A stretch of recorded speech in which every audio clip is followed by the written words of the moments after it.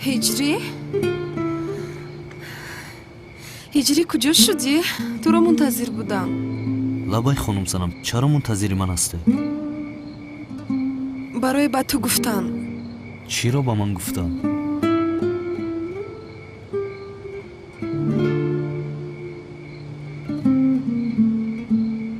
تو رو دوست می‌دارم هجری.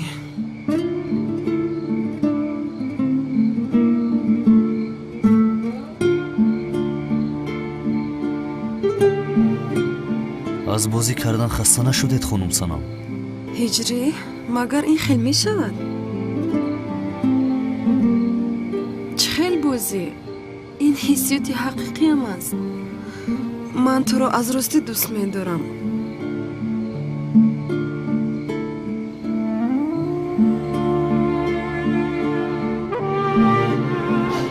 این برای چی از خانم سنم؟ باز برای چی شرط کردیده؟ هجری شرط نکردم. بله میدونم اولها همش بازی بود، قبول میکنم. اما این بازی نیست. این حسیاتی حقیقی هم است. من تو رو از راستی بسیار دوست میدارم هجری. برای با تو عاشق نشدن بسیار کوشش کردم. اعتراف میکنم که تو رو به خودم لایق ندونستم.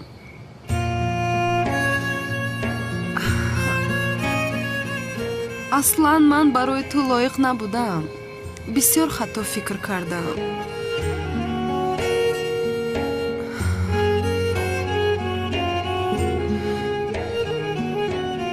من به تو از راستی عاشق شدم هجری.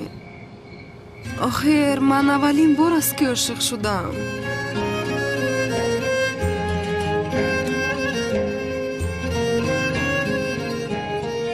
عشق یک حسیاتی مقدس از خانم سنم. و شما بر اینها اصل و رویش را نشان نمیدهد. هجری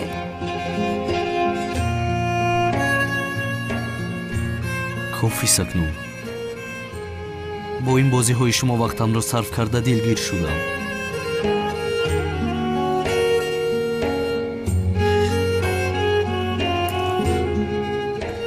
دیگر با من بازی نکنید. از من دور باشید. هجری خانم سنم لطفاً از من دور باشید.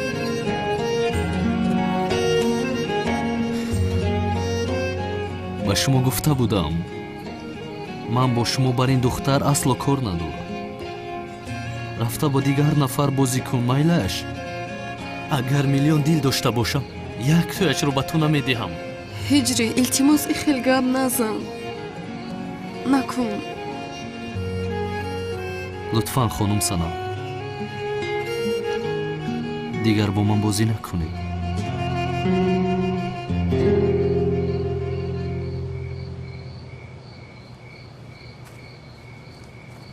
بله بازی کردم.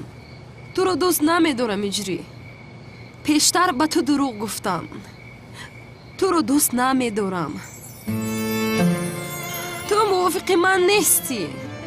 من مثل تو رو چه خیلی دوست دارم آخر. مثل تو آدمی پست رو من دوست نمیدارم. فهمیدی؟ دوست نمیدارم. من دیگر کس رو دوست میدارم. تو بر این آدمی پست رو چرا دوست میداشتم من؟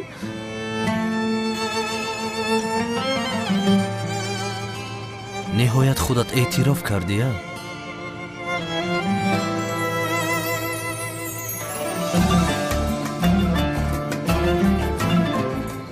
بله تو رو دوست نمیدارم. کی رو دوست میدارم میدونی؟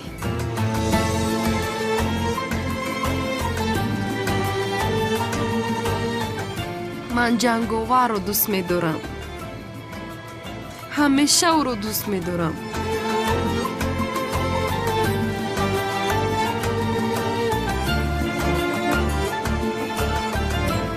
چی شد؟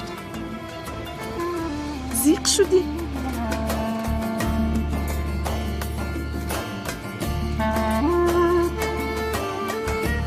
یا اینکه از راستی فکر کردی که تو رو دوست می‌دارم؟